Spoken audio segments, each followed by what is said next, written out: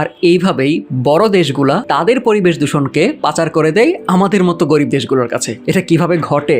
নিশ্চয়ই প্যাকেট করে এক্সপোর্ট করে দেয় না। আজকের দিনে শোনাবো ক্যালেন্ডারে 13 ফেব্রুয়ারি, আর আমাদের ক্যালেন্ডারে বলছে 2008 সালে মিগেল লোপেজ রোচা মেক্সিকোর গুয়াদালাহারা শহরের সীমান্তে সান্তিয়াগো নদীর কাছে খেলতে খেলতে পানিতে পড়ে যায়।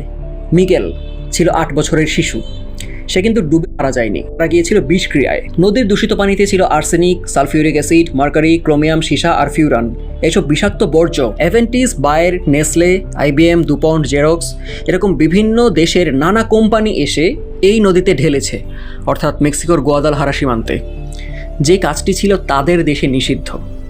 এই যে বড় বড় কোম্পানিগুলো হয়তো মেক্সিকোতে তাদের কোম্পানি করেছে বা ফ্যাক্টরি করেছে, এবং সেই ফ্যাক্টরির বর্জ্যগুলা আমাদের বুড়িগঙ্গার মতো সে মেক্সিকোর নদীতে ঢেলে দেওয়ার কোনো রকম বাধা ধরা নিষেধ ছিল না। আমাদের দেশে একটা চমৎকার উদাহরণ আছে একই ব্যাপারের। সেটা কি? শিপ ব্রেকিং বা জাহাজ কাটা, বিশাল শিল্প। এবং এই শিল্পটা আমাদের দেশে যেমন একটা অর্থকরী, তেমনিভাবে অনেক দেশে এটা ব্যান্ড। কোথায়? একটু সার্চ দেন যে ship breaking band in countries, তখনই রেজাল্ট পেয়ে যাবেন। ইউরোপিয়ান ইউনিয়নের কান্ট্রিগুলা তাদের দেশে শিপ ব্রেকিংকে পুরোপুরি নিষিদ্ধ না করলেও কিছু কন্ডিশনের আন্ডারে কিছু জায়গায় এটাকে করার অনুমতি দেয়। সেই জায়গাগুলা কি? বাংলাদেশ, ভারত, পাকিস্তান, আমাদের মতো দেশগুলা। এইটার ঝুঁকির জন্য 2011 সালে বাংলাদেশে একবার শিপ ব্রেকিং নিষিদ্ধ হয়েছিল, কিন্তু 14 মাস পরে সেটা আবার চালু হয়ে যায়, কারণ টাকা তো আসবে ভাই। বিনিময়ে কি আসতেছে?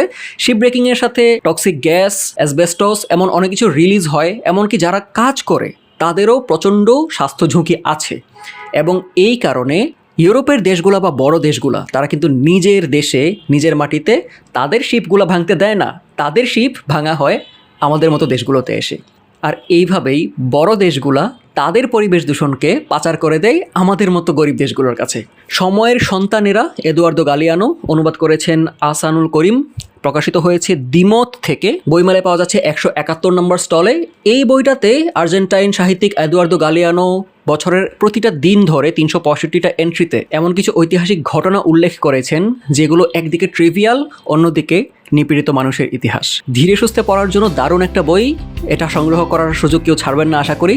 আবার দেখা হচ্ছে মুসার বই যাত্রায়। বইমেলার মাস জুড়ে বইমেলা কেন্দ্রিক সকল ভিডিও পাবেন এই প্লেলিস্টে।